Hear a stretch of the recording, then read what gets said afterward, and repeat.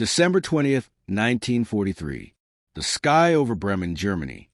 7 miles above the frozen earth, where the air is so thin that men must breathe through masks or die, a crippled Boeing B-17 Flying Fortress struggles homeward. Her name is Ye Old Pub. Her silver skin is torn open in more than a dozen places. One engine is dead, trailing black smoke across the winter sky. Another sputters and coughs, threatening to seize at any moment. The tail section looks as though a giant hand has clawed through the metal, leaving jagged wounds that whistle in the minus 40-degree wind. Inside the bomber, Second Lieutenant Charles Charlie Brown grips the controls with hands that have lost all feeling. Blood from a head wound has frozen across his forehead. His oxygen mask hangs useless, the line severed by shrapnel 20 minutes ago. He is slowly suffocating, his vision narrowing to a tunnel, his thoughts becoming sluggish and confused. Behind him, his crew is scattered through the fuselage. The tail gunner, Hugh Eckenrode, lies unconscious in his shattered position, his compartment open to the screaming wind. The ball turret gunner has been wounded. The waist gunners huddle over their injured, trying to stop bleeding with hands that shake from cold and fear. Of the 10 men who took off from Kimbolton Airfield that morning, not one remains untouched by this mission. Below them, Germany spreads out like a patchwork quilt of white fields and dark forests. Enemy territory. Every mile between here and the English Channel is a mile where death can reach up and claim them. Flak batteries, fighter bases, soldiers with rifles who will shoot at anything with American markings. The bomber descends lower and lower, no longer able to maintain altitude. At 3,000 feet, then 2,000, Ye Old Pub limps across the German countryside, a wounded bird that should have fallen from the sky already, but somehow, impossibly, continues to fly. And then the Messerschmitt appears. The German pilot who spots the crippled B-17 that December afternoon is Oberleutnant Franz Stigler, a veteran ace with 27 confirmed kills to his credit. He is one sortie away from earning the Knight's Cross, Germany's highest military honor, a decoration that requires 30 confirmed aerial victories. One more kill, just one more American bomber shot from the sky, and Franz Stigler will join the elite ranks of the Luftwaffe's most celebrated warriors. His name will be spoken alongside the greats. His photograph will appear in newspapers from Berlin to Munich. Stigler has been on the ground at Oldenburg Airfield, refueling and rearming his Messerschmitt Bf-109 after engaging American bombers earlier that day. The raid on Bremen has been massive. Hundreds of B-17s dropping their payloads on the city's factories and shipyards. The Luftwaffe has risen to meet them, and the winter sky has become a battlefield of contrails, tracer fire, and falling men. When the alert comes that a straggler has been spotted flying low to the northeast, Stigler is already strapped into his cockpit. He shoves the throttle forward, and his fighter roars down the runway, lifting into the cold December air. The standing orders are clear. Destroy all enemy aircraft. No American bomber can be allowed to return to England to fly another mission. Every B-17 that makes a home is a B-17 that will come back tomorrow or next week to drop more bombs on German cities, to kill more German civilians, to burn more German homes. The bomber crews are not soldiers in the traditional sense.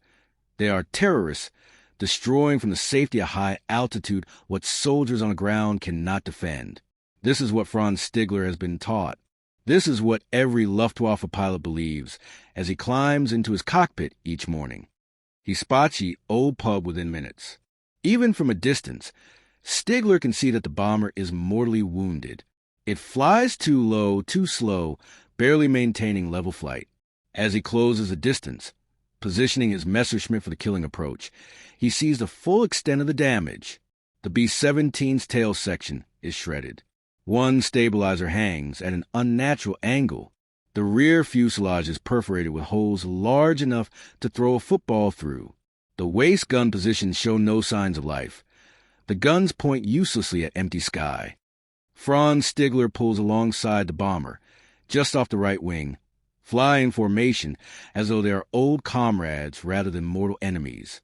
He is close enough now to see inside the aircraft, close enough to see the pilot slumped in his seat, struggling to maintain consciousness, close enough to see the wounded crew members moving feebly in the torn fuselage, close enough to see the blood frozen on the interior walls. And here, at this moment, Franz Stigler faces a choice that will define the rest of his life. To understand what happens next, we must step back from this frozen moment in the December sky and examine the world that created both of these men, the American pilot and the German ace. We must understand what they expected from this war and what this war has shown them instead. Charlie Brown is 21 years old. He grew up in Weston, West Virginia, a small town where everyone knew everyone else's name, where the church bells marked the rhythm of the week, and where the most exciting event of any given month was the high school football game. When Pearl Harbor was attacked on December 7, 1941, Charlie Brown was not yet old enough to enlist without parental permission. By the time he turned 18, America was fully mobilized for war, and young men from every town and city were pouring into recruitment offices. Brown volunteered for the Army Air Forces because the idea of flying seemed cleaner somehow than the infantry, cleaner than crawling through mud with a rifle, cleaner than bayonets and hand grenades and digging foxholes in frozen ground. From 30,000 feet, war was something mechanical, instruments and switches and bomb releases. You aim at factories and rail yards and military installations. You didn't see the faces of the people below. You didn't hear them scream. This is what Charlie Brown believed when he climbed into a B-17 for the first time. Franz Stigler is 27 years old, ancient by fighter pilot standards, where most men are dead before they reach 25. He grew up in Bavaria, in a family with no particular love for the Nazi Party, but with a deep tradition of military service. His father fought in the First World War and came home with stories of honor and sacrifice. His older brother flew in the Luftwaffe and was killed in action over North Africa in 1942. When Franz was called to serve, he went willingly, not because he believed in Hitler's vision of a 1,000-year Reich, but because Germany was his home and men defended their homes. Franz Stigler's first kill came easily. A British bomber, alone and damaged, trying to escape across the North Sea. Stigler closed the firing range, pressed the trigger, and watched the bomber explode. He felt nothing in particular, neither triumph nor regret. This was war. This was duty. By his 27th kill, things had changed. Franz Stigler had seen too many men die, German and Allied alike.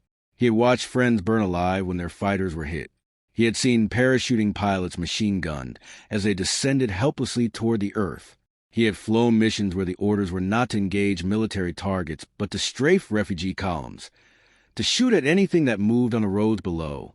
The clean, honorable war he had imagined had been revealed as a fiction. War was not clean. War was terror and slaughter. And the only question was how much of your humanity you were willing to sacrifice in order to survive it. Franz Stigler's instructor, Gustav Rodel, had told him something during training that stuck with him through every mission. If I ever see you shooting at a man in a parachute, I will shoot you down myself. A man in a parachute is no longer a warrior. He is helpless. Honor demand that we leave him be.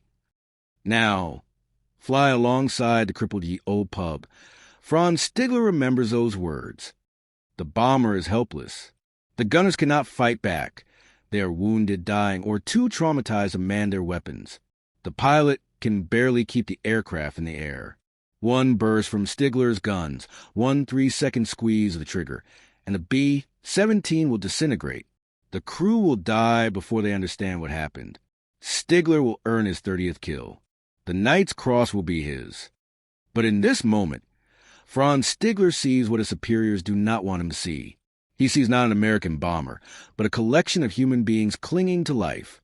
He sees men who are someone's sons, someone's brothers, someone's husbands. He sees himself reflected in their desperation, because he too has flown home in a damaged aircraft, praying that the engine will hold together for just a few more miles, knowing that every second could be his last. Franz Stigler lifts his hand and waves at the American pilot. Charlie Brown, barely conscious, sees a German fighter pull alongside. He waits for the cannon fire that will end everything. But the fire does not come. Instead, the German pilot gestures, a strange, almost gentle motion. He points toward the ground, then toward the north. He is showing them the way home. He is telling them to fly toward the North Sea, toward England, toward safety. And then Franz Stigler does something that violates every regulation, every order, every expectation of his commanders. He becomes an escort. He flies beside the damaged B-17, protecting it from German anti-aircraft batteries that might fire on the low-flying bomber. When they cross over the coast and German flak guns track the aircraft, Stigler positions his Messerschmitt between the bomber and the guns, shielding the old pub with his own plane. He waves off the guns. He signals, somehow, that this bomber is under his protection. For several minutes, the two aircraft fly together.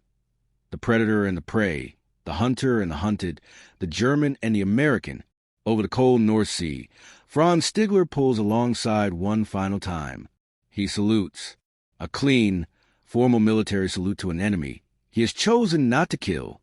Then he banks his Messerschmitt and turns back toward Germany, back toward the war, back toward a nation that will never know what he has done this day. Charlie Brown, his vision clearing slightly as the old pub descends toward the denser air near sea level, watches a German fighter disappear into clouds. He does not understand what has happened. He does not know why he is still alive. He knows only that a German pilot, an enemy who had every reason and every right to destroy them, chose mercy instead. The concept of mercy in war is a paradox. War exists to destroy the enemy, to eliminate his capacity to resist, to impose your will upon him through violence. Mercy is the suspension of violence. It is a recognition of shared humanity in a system designed to deny that humanity. And yet, throughout history, even in the most brutal conflicts, there have been moments when soldiers have chosen mercy over duty, compassion over orders, humanity over ideology. The ancient codes of chivalry recognize this paradox. A knight did not strike a defenseless opponent. A samurai did not kill a man who had surrendered. These were not merely practical considerations. They were moral boundaries that separated the warrior from the murderer, the soldier from the barbarian. To violate these boundaries was to become something less than human, to surrender your soul in pursuit of victory. By 1943, those ancient codes seemed quaint, almost laughable. The Second World War has no room for chivalry. This is a total war, a war of annihilation. Cities are bombed into rubble. Civilians are killed by the millions. Entire populations are marked for extermination. The Nazis have built death camps where human beings are gassed and burned like refuse. The Japanese have conducted massacres across Asia that rival the worst atrocities in human history. The Allies have adopted a policy of area bombing, incinerating German and Japanese cities with firestorms that consume everything and everyone within reach. In such a war, what room is there for mercy? What place is there for an act like Franz Stigler's? And yet, on December 20th, 1943, in the sky over Germany, mercy asserts itself. It appears not as weakness, but as strength, the strength to choose humanity when everything around you demands inhumanity. Franz Stigler's act is not a rejection of his duty to Germany. It is an affirmation of a deeper duty, older than any nation, deeper than any ideology. It is the duty one human being owes to another, simply by virtue of their shared existence. When ye old pub lands at Seething Airfield in England, the ground crew stands in stunned silence. The bomber should not be able to fly. The damage is too severe. The fact that it made it across the North Sea and back to base is impossible. Charlie Brown and his surviving crew members are pulled from the aircraft and rushed to the medical tent. They are treated for wounds, for frostbite, for shock. In the debriefing that follows, Charlie Brown tells his story. He describes a German fighter that appeared beside them. He describes a pilot who waved them home, who escorted them to safety, who chose not to kill them when killing would have been easy. The intelligence officers do not believe him. German pilots do not escort American bombers. German fighters do not protect damaged B-17s from anti-aircraft fire. The story makes no sense within the framework of the war as they understand it. Some suggest that Brown is suffering from hypoxia-induced hallucinations. Others wonder if he is exaggerating a near miss for dramatic effect. But Brown's crew confirms the story. They saw the Messerschmitt. They saw the pilot's gestures. They know what happened. even if they cannot explain why. The commanding officers make a decision. They order Charlie Brown and his crew to never speak of the incident again. If word spreads that a German pilot showed mercy to an American bomber, it might create dangerous ideas. Soldiers might begin to see the enemy as human. They might hesitate. They might question orders. In a war of the scale and brutality, such questions cannot be allowed. And so the story is buried. Charlie Brown returns to flying missions. He completes his tour of duty. He survives the war and goes home to West Virginia, carrying the memory of December 20th, 1943, like a secret treasure, never speaking of it to anyone outside his immediate family. Franz Stigler, meanwhile, returns to his base and says nothing. He does not report the encounter. He does not file a claim for a kill.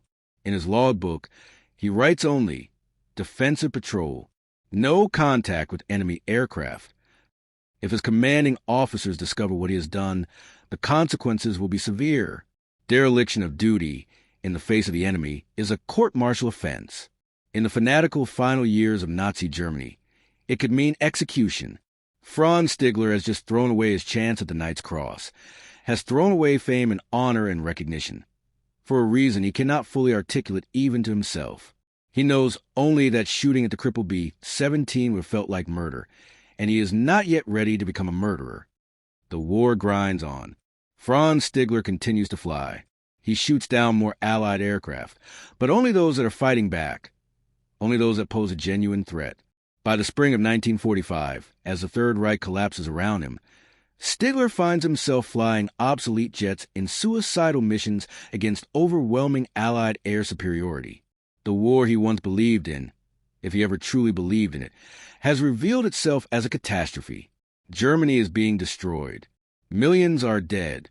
The cause is lost. When Germany surrenders on May 8, 1945, Franz Stigler is still alive, a rarity among Luftwaffe fighter pilots. Most of his comrades are dead. Most of his friends have been killed in action or executed by the SS for perceived disloyalty. Stigler survives because he is skilled and because, on some unconscious level, he has refused to fully commit himself to the nihilistic fury of the war's final phase. In the years that follow, Stigler rebuilds his life. He emigrates to Canada, becomes a businessman, tries to forget the war, but he cannot forget December 20th, 1943. The memory of the Crippled B-17 and the decision he made that day remains with him, a reminder that even in the worst circumstances, even when the world demands that you abandon your humanity, it is still possible to choose otherwise. For more than 40 years, Franz Stigler and Charlie Brown lived separate lives on different continents, neither knowing if the other survived the war. Brown grows old in West Virginia, running a business, raising a family, occasionally telling his children about the German pilot who saved his life. Stigler grows old in Vancouver, running his own business, trying to make peace with his memories of a war that destroyed his homeland and killed most of the people he loved. And then, in 1986, something extraordinary happens. Charlie Brown, now in his 60s, decides that he needs to find the German pilot who spared him. He needs to know who this man was, why he made the choice he made, whether he survived the war. Brown places an advertisement in a newsletter for former Luftwaffe pilots, describing the encounter in detail, asking if anyone knows the identity of the pilot who flew a Messerschmitt Bf-109 on December 20th, 1943, and escorted a damaged B-17 to safety. The newsletter reaches thousands of former German pilots scattered across the world. Most ignore it. Some are skeptical. But one man, living in Vancouver, reads the description and feels his heart stop. Franz Stigler writes back. The letter is cautious, tentative. Stigler describes his own memories of that day. The crippled bomber, the wounded crew, the decision not to fire. He includes details that only the two men could know. The position of the sun, the specific damage to the B-17's tail, the gesture he made, pointing toward the North Sea. Charlie Brown receives a letter and begins to weep. In January 1990, the two men meet in person for the first time since that December day 47 years earlier. They meet in Seattle, halfway between Vancouver and the United States. They are old men now, Brown is 67, Stigler 72. The warrior and the ace, the hunted and the hunter, they embrace like brothers. Over the years that follow, they become inseparable friends. They visit each other regularly. They attend veterans' reunions together. The American bomber pilot and the German fighter ace, walking side by side, their presence a living rebuke to the hatred and division of the war they fought. They tell their story to anyone who will listen, not as a tale of heroism, but as a reminder that even in the darkest times, even when systems of power demand cruelty, individual human beings can still choose compassion. Franz Stigler and Charlie Brown remained close friends until their deaths. Stigler in 2008, Brown in 2008 as well, just a few months later. To the end, they speak of each other with profound respect and affection. They speak of December 20th, 1943, not as a day when an enemy showed weakness, but as a day when a fellow human being showed strength. The story of Franz Stigler and Charlie Brown is not simply a story about two men who met in extraordinary circumstances and later became friends. It is a story about what happens when the machinery of war, the propaganda, the orders, the dehumanization of the enemy, encounters the irreducible reality of individual human conscience. It is a story about the moments when soldiers must choose between what they've been commanded to do and what they know, in the deepest part of themselves, to be right. In the winter of 1943, both the Allied and Axis powers had constructed elaborate systems designed to make killing easier. These systems operated on multiple levels: technological, organizational, and psychological. The technological level was obvious. Bombers that could drop tons of explosive from altitudes where the crews never saw the faces of those they killed. Fighters equipped with cannons and machine guns that could shred an aircraft to pieces in seconds. Radar and radio systems that reduced combat to abstract coordinates on a screen. The organizational level was equally important. Chains of command that diffused responsibility so that no single person bore the full weight of the destruction they helped create. Mission orders that framed killing in terms of objectives and targets rather than human lives. Medals and promotions that rewarded successful killing with honor and advancement. But the psychological level was perhaps most crucial of all.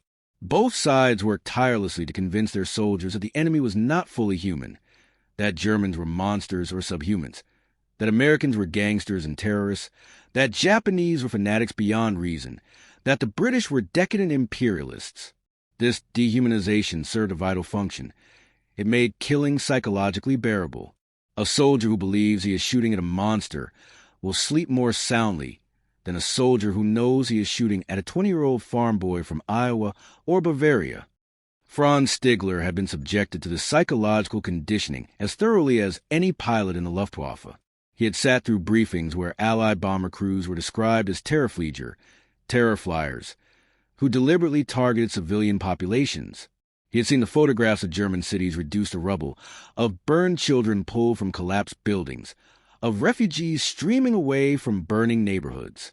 He had been told, again and again, that the Americans in their flying fortresses were not soldiers, but war criminals, and that destroying them was not murder, but justice.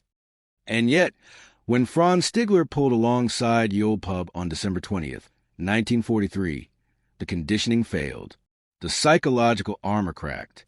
He saw not a machine filled with war criminals, but an aircraft filled with wounded men. Men who were bleeding, men who were terrified, men who wanted desperately to go home. He saw, in other words, himself. This recognition, the sudden, visceral awareness of shared humanity, is what made mercy possible. Franz Stigler could not shoot at the crippled bomber because doing so would have required him to deny what his own eyes were showing him. It would have required him to believe the propaganda more than he believed his own perception. And at that moment, fly alongside the damaged B-17 in the cold December sky, Franz Stigler chose to trust what he saw over what he had been told. This choice came at a cost. By refusing to shoot down the old pub, Stigler sacrificed his chance at the Knight's Cross, a decoration that would have brought him fame, honor, and the respect of his peers. He also placed himself at tremendous personal risk. If his commanders discovered that he had allowed an enemy bomber to escape when he had the opportunity to destroy it, he could face court-martial, imprisonment, or worse. In the paranoid final years of Nazi Germany, Showing mercy to the enemy was increasingly viewed as treason. But Franz Stigler understood something that his commanders did not, that there are fates worse than death or disgrace. There's a fate of becoming someone you cannot live with, of crossing moral boundaries that, once crossed, can never be recrossed. Stigler had seen what happened to pilots who abandoned all moral restraint, who machine-gunned parachuting airmen and strafed refugee columns, and treated war as an opportunity for sadism. He had seen how those men change, how something essential in them died, even as their bodies continued to function. He did not want to become one of them. And so, in a war that demanded absolute obedience and total ruthlessness, Franz Stigler chose disobedience and mercy. He chose to remain human. Charlie Brown, for his part, had his own transformation on December 20th, 1943, when he took off from Kimbolton that morning. He was a young pilot focused on completing his mission and getting his crew home safely. He thought about the war in simple terms. There were targets to be destroyed, objectives to be accomplished, missions to be flown. The Germans below were abstractions, the enemy, the Nazis, the people trying to kill him, and his crew. But when the Messerschmitt appeared beside his crippled bomber, Charlie Brown was forced to confront a reality that the war had tried to conceal from him, that the enemy was not a monolithic evil, but a collection of individuals, each making choices about how to conduct themselves in an impossible situation.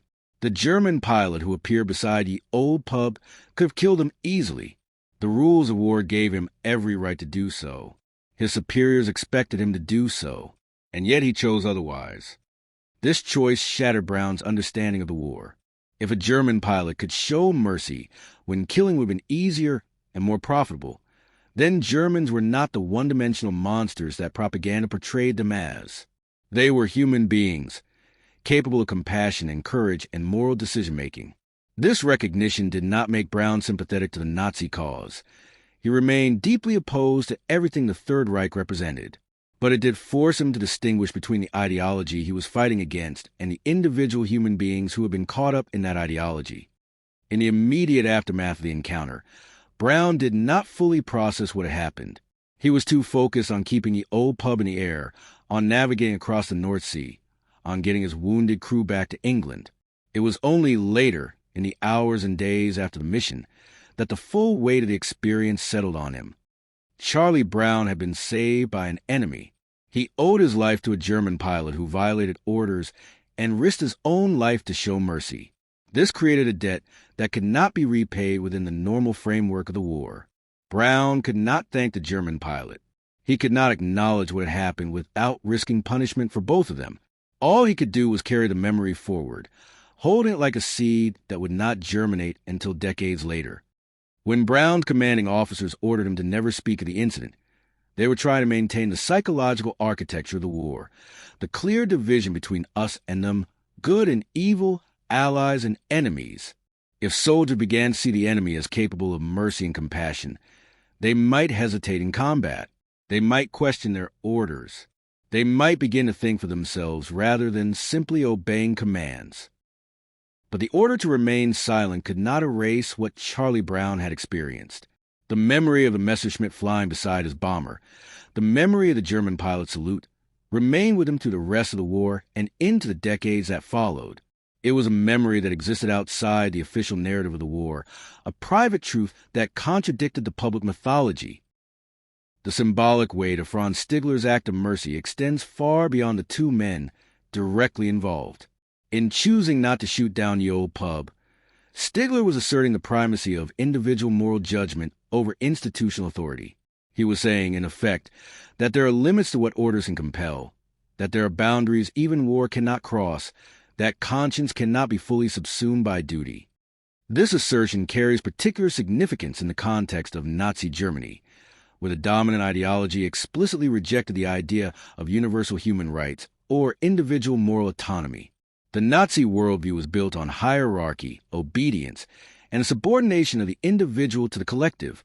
Soldiers were expected to follow orders without question, to suppress their personal feelings, to serve the state without reservation. Franz Stigler's decision to spare ye old pub was a quiet but profound rejection of this ideology. It was an assertion that even in the Third Reich, Even in the middle of a total war, individual human beings retain the capacity and the responsibility to make moral choices. The fact that Stigler was never discovered, that he was never punished for his act of mercy, is in some ways beside the point. What matters is that he made the choice, that he risked everything to remain true to his own moral code. In doing so, he preserved something essential in himself, something that allowed him, in the years after the war, to build a new life without being haunted by unforgivable acts. Many German soldiers who served in World War II spent the rest of their lives struggling with the things they had done or witnessed. Some could never speak of the war at all. Some committed suicide. Some retreated into denial or alcoholism or bitter silence. The psychological burden of having participated in the Nazi war machine, of having contributed to the Holocaust and the destruction of Europe, was more than many men could bear. Franz Stigler carried his own burdens from the war. He had, after all, shot down Allied aircraft and killed Allied airmen in combat. But he did not carry the burden of having killed helpless men. He did not carry the burden of having become a murderer. The decision he made on December 20th, 1943, gave him something to hold on to in the dark years after Germany's defeat. Evidence that even at the worst moment of his nation's history, even when surrounded by evil and commanded to participate in atrocity, he had found a way to remain human. This is what Charlie Brown recognized when he finally met Franz Stigler in 1990. Brown did not see Stigler as a former enemy who happened to show mercy on one occasion. He saw Stigler as a man who had faced an impossible moral test and passed it, who had chosen decency when the entire structure of the war incentivized cruelty. The friendship that developed between the two men was built on this recognition, the understanding that both of them, in different ways, had tried to preserve their humanity in circumstances designed to destroy it. The act of mercy that Franz Stigler performed on December 20th, 1943, can be understood as a small gesture in the context of the war as a whole. 1 bomber spared, 10 men saved, against the backdrop of a conflict that killed more than 60 million people, that destroyed entire cities, that murdered 6 million Jews in death camps. The sparing of a single B-17 seems almost trivial. But this perspective misses something essential. The significance of Stigler's act lies not in its scale, but in what it represents. Every act of mercy in a time of war is a rebellion against the logic of total conflict. Every moment when a soldier chooses compassion over cruelty is a moment when the war fails to achieve its ultimate goal, the complete dehumanization of both sides. Wars depend on the suspension of normal moral reasoning. They require soldiers to do things that would be unthinkable in peacetime, to kill strangers, to destroy homes, to follow orders that result in mass death. This suspension is necessary for the war machine to function. If every soldier began making independent moral judgments about whether to fire their weapon or drop their bombs, military operations would become impossible. But the complete suspension of moral reasoning carries its own dangers. A soldier who abandons all moral constraints does not automatically revert to normal morality when the war ends. A person who has learned to kill without hesitation, to follow orders without question, to see other human beings as targets rather than individuals, does not easily unlearn these lessons. The brutalization of war, if allowed to proceed unchecked, creates brutalized people, men and women who carry the violence of war back into peacetime society. This is why acts of mercy matter, even when they seem insignificant in the larger scheme of the conflict. Each act of mercy is a thread connecting the soldier to their peacetime self, to the person they were before the war, and the person they hope to become after it ends. Each act of mercy is evidence that the moral core has not been completely destroyed, that conscience still functions, that humanity persists even in inhuman circumstances. Franz Stigler's decision to spare Ye Olde Pub was not a rejection of his duty to Germany. It was a different kind of duty, a duty to himself, to his own conscience, to the values his instructor had taught him. Stigler did not stop fighting the war after December 20th, 1943. He continued to fly combat missions. He continued to engage Allied aircraft. But he did so within the boundaries of what he could live with, what he could justify to himself in the years that would follow. This distinction between fighting the war and abandoning all moral limits is what separated men like Franz Stigler from the true monsters of the Third Reich. The SS officers who ran the death camps, the soldiers who massacred civilians in occupied territories, the officials who planned and executed genocide. These men crossed boundaries that Stigler refused to cross. They told themselves that total obedience to the state justified any action, that the enemy was subhuman, and therefore deserving of any fate, that winning the war mattered more than preserving their own souls. Franz Stigler rejected this logic. He fought for Germany, but he did not fight for the Nazi vision of a world without mercy, without honor, without humanity, and in the end, this distinction meant everything. When Charlie Brown and Franz Stigler met in 1990, they were both old men facing the final chapters of their lives. The war that had defined their youth was half a century in the past. Most of their comrades were dead. The world they had known in 1943, a world of clear enemies and absolute ideologies, had been replaced by something more ambiguous and complex. The Cold War had come and gone. Germany had been divided and then reunited. The United States had fought new wars in Korea and Vietnam, conflicts that lacked the moral clarity of the fight against fascism. The veterans of World War II found themselves living in a world that had moved on, a world that remembered the war primarily through simplified narratives of good versus evil, heroes versus villains. But Charlie Brown and Franz Stigler knew that the truth was more complicated. They knew that the war had not been a simple struggle between virtuous allies and evil Nazis. They knew that both sides had committed atrocities, that both sides had targeted civilians, that both sides had done things that violated the laws of war and the principles of human decency. They also knew that within both sides, there had been men who tried to maintain some sense of honor, some adherence to moral boundaries, even when everything around them incentivized brutality. The friendship between Brown and Stigler became, in its own quiet way, a rebuke to the simplistic narratives of the war. Here was an American bomber pilot and a German fighter ace, former enemies, sitting together and speaking with deep affection about each other. Here was proof that the divisions of the war, the hatred, the propaganda, the dehumanization, had not been the whole story, that underneath the machinery of violence there had always been the possibility of human connection. The two men spoke often about December 20th, 1943. They reconstructed the encounter in minute detail, comparing their memories, filling in gaps, trying to understand exactly what had happened and why. Stigler explained his reasoning, the influence of his instructor, his refusal to shoot at helpless men, his sense that killing the crew of the old pub would have been murder rather than combat. Brown explained his own confusion and gratitude, the way the encounter had shattered his understanding of the enemy, the burden of carrying a secret that could not be shared. What emerged from these conversations was a shared understanding that the war had tested both men in ways they could not have anticipated, and that both had found resources within themselves to meet that test. Stigler had found the courage to disobey orders and risk his career in order to act according to his conscience. Brown had found the strength to continue flying missions even after being terrified and wounded, to keep fighting even though he knew the enemy was not the monster he had been told to believe in. Their friendship was built on mutual respect, the respect of two men who had faced death and moral crisis and emerged with their humanity intact. They did not romanticize the war or pretend it had been anything other than a catastrophe, but they also did not allow the war to define them completely. They had been warriors once. Now they were something else, witnesses to the possibility of mercy, examples of reconciliation, proof that even the deepest divisions can be bridged. The symbolic object that recurs throughout the story of Franz Stigler and Charlie Brown is not a physical object, but a gesture.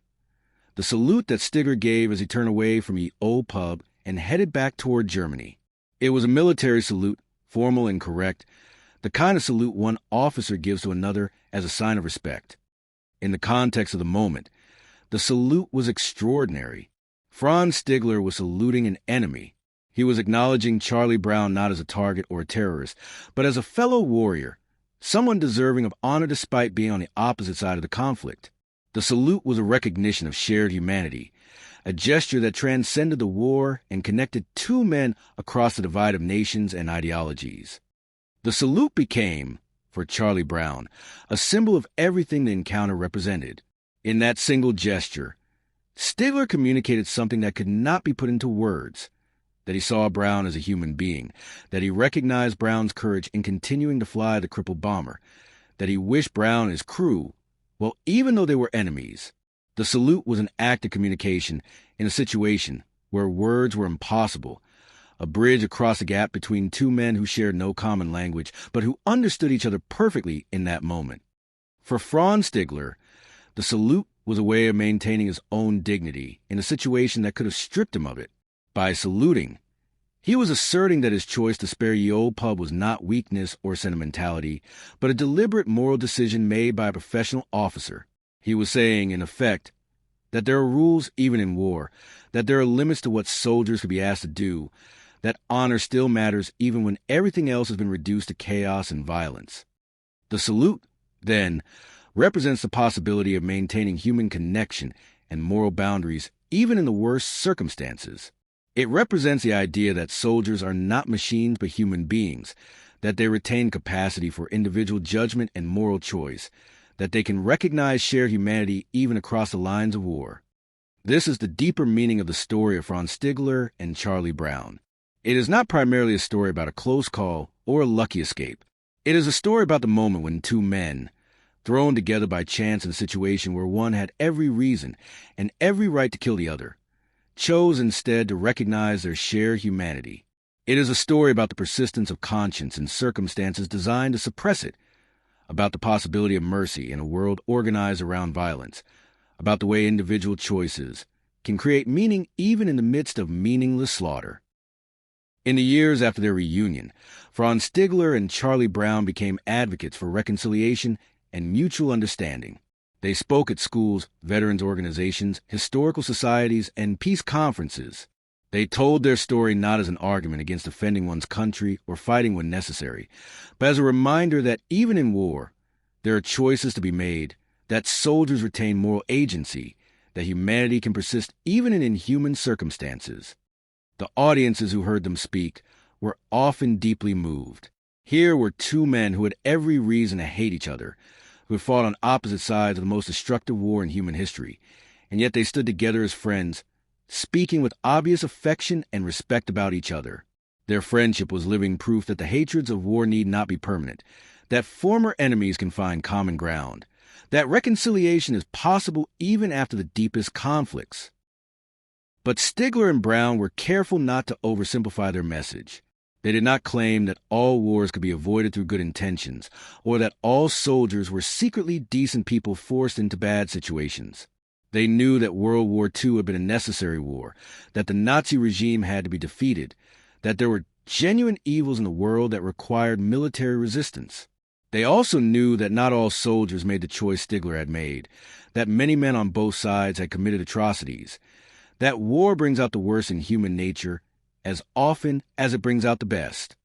What they argued for was something more nuanced, the recognition that even in necessary wars, even in fights against genuine evil, soldiers retain moral agency and bear responsibility for their individual choices. A soldier fighting for a just cause can still commit war crimes. A soldier fighting for an unjust cause can still act honorably. The cause does not determine the morality of every individual action. Men like Franz Stigler, serving in the armed forces of Nazi Germany, could still make moral choices that transcended the evil of the regime they served. This message was particularly important in the context of post-war Germany, where an entire nation struggled with questions of guilt, responsibility, and moral reckoning. How should Germans think about the millions of men who served in the Wehrmacht, the Luftwaffe, the Kriegsmarine? Were they all complicit in the crimes of the Nazi regime? Were they all war criminals, simply by virtue of their service? Or was there room to distinguish between those who actively participated in atrocities and those who fought within the traditional bounds of military conduct? Franz Stigler's story offered a partial answer to these questions. He had served Germany without serving Nazism. He had fought in the war without abandoning his moral compass. He had remained human in circumstances designed to dehumanize. His example suggested that it was possible to serve one's country while still maintaining individual moral standards, to follow orders while still exercising moral judgment about which orders to follow and which to resist. This was not an exoneration of the Wehrmacht or the Luftwaffe or the German war effort as a whole. Millions of German soldiers had participated in crimes against humanity. The Wehrmacht had been deeply complicit in the Holocaust, in the starvation and murder of Soviet prisoners of war, in the brutal occupation of Eastern Europe. Franz Stigler's individual act of mercy did not erase or excuse these larger crimes. But Stigler's example did suggest that even within institutions engaged in evil, individual human beings retained capacity for moral choice. They could choose to participate fully in the evil, or they could choose to resist it in whatever small ways were available to them, or they could choose something in between, fighting the war while maintaining certain personal boundaries that they would not cross. Franz Stigler chose to maintain those boundaries. On December 20th, 1943, when given the opportunity to kill helpless men for personal gain, he chose otherwise. That choice did not make him a hero. It did not absolve him of whatever else he did during the war, but it did demonstrate that even in Nazi Germany, even in the middle of the worst conflict in human history, individual moral agency persisted.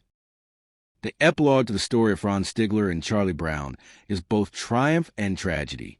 The triumph is their friendship, the decades they spent together, the way they transformed a moment of war into a lasting bond of peace. The tragedy is that both men died in 2008, within months of each other, as though their lives remained connected even to the end. Franz Stigler died in March 2008 at the age of 92. He had lived long enough to see Germany transform from a divided nation bearing the burden of Nazi crimes into a reunified democracy at the heart of Europe. He had lived long enough to see former enemies become allies, to see the European Union emerge from the ruins of the Second World War, to see reconciliation replace revenge as the governing principle of the post-war order. Charlie Brown died in November 2008 at the age of 87. He had lived long enough to see the United States become the world's dominant superpower, to see the generation that fought World War II celebrated as the greatest generation, to see veterans honored and memorialized in ways that previous generations of soldiers had not been. Both men lived full lives after the war. They raised families, built businesses, contributed to their communities, but both also carried with them, until their final days, the memory of December 20th, 1943, the day when mercy triumphed over duty, when humanity asserted itself against the machinery of war, when two men who should have been mortal enemies recognized each other as brothers. The story they left behind is not a simple story. It does not offer easy lessons or comfortable conclusions. It does not tell us that war is unnecessary or that all soldiers are secretly good people or that individual acts of kindness can redeem systemic evil. What it tells us is something both simpler and more profound, that even in the darkest circumstances, even when every incentive and every pressure pushes toward cruelty, individual human beings retain capacity to choose mercy, to recognize shared humanity, to act according to conscience rather than command. This capacity is not universal. Many soldiers in World War II did not make the choice Franz Stigler made. Many chose cruelty over compassion, obedience over conscience, ideology over humanity. The Holocaust, the firebombing of cities, the rape of Nanking, the Bataan Death March, the countless atrocities committed by all sides in war. These are evidence that the capacity for evil is as real and as powerful as the capacity for good. But the story of Franz Stigler and Charlie Brown reminds us that the capacity for good persists even in the midst of evil, that moral choice remains possible even when it seems impossible, that humanity can assert itself even when everything in the world seems designed to suppress it. This is the truth that December 20th, 1943, reveals, that freedom is not only political or economic, but moral. It is the freedom to choose how we will act, what principles we will uphold, what kind of person we will become. Franz Stigler was not free in any political sense. He served a totalitarian regime, followed orders from commanders who tolerated no dissent, flew missions in a war he did not choose. But in the moment when he had to decide whether to shoot at ye old pub, he discovered that he still possessed the most fundamental freedom of all, the freedom to choose mercy over murder, conscience over command, humanity over ideology. That freedom, fragile and easily suppressed though it may be, is the foundation of all other freedoms. It is what makes us human rather than machines, moral agents rather than mere instruments of power. It is what allowed Franz Stigler to preserve his soul in the midst of a war designed to destroy it. It is what allowed Charlie Brown to recognize, in the middle of Mortal Kombat, that the enemy was not a monster, but a man. And it is what allowed both of them, decades later, to build a friendship that transcended the war that brought them together, a friendship rooted in mutual respect, shared memory, and the recognition that both had faced the ultimate test and emerged with their humanity intact. The salute that Franz Stigler gave as he turned his Messerschmitt away from the old pub and headed back into German airspace was a last communication between the two men for 47 years. But it was not forgotten. Charlie Brown carried that image with him through the rest of the war, through the decades of peace that followed, through all the years when he wondered whether the German pilot had survived, whether he ever thought about that December day, whether he understood how much his choice had meant. When the two men finally met in 1990, the first thing Charlie Brown did was salute, and Franz Stigler, tears in his eyes, saluted back. Two old men, standing in an airport in Seattle, honoring each other across the gulf of nearly half a century. Two warriors who had learned that there are things more important than victory, loyalties deeper than nationalism, truths more enduring than ideology. They had learned that mercy is not weakness, but strength. That conscience is not a luxury, but a necessity. That humanity persists even when everything in the world seems organized to destroy it. They had learned that even in war, especially in war, we remain responsible for the choices we make, the actions we take, the kind of person we choose to become. This is a lesson of December 20th, 1943. This is a legacy of Franz Stigler and Charlie Brown. This is the truth that their story whispers across the years. That even in the darkest moment, even when the world demands that we abandon our humanity, we can choose otherwise. We can choose mercy. We can choose to remain human. And that choice, small and fragile though it may seem, is the one thing that no war, no ideology, no system power can ever fully take away.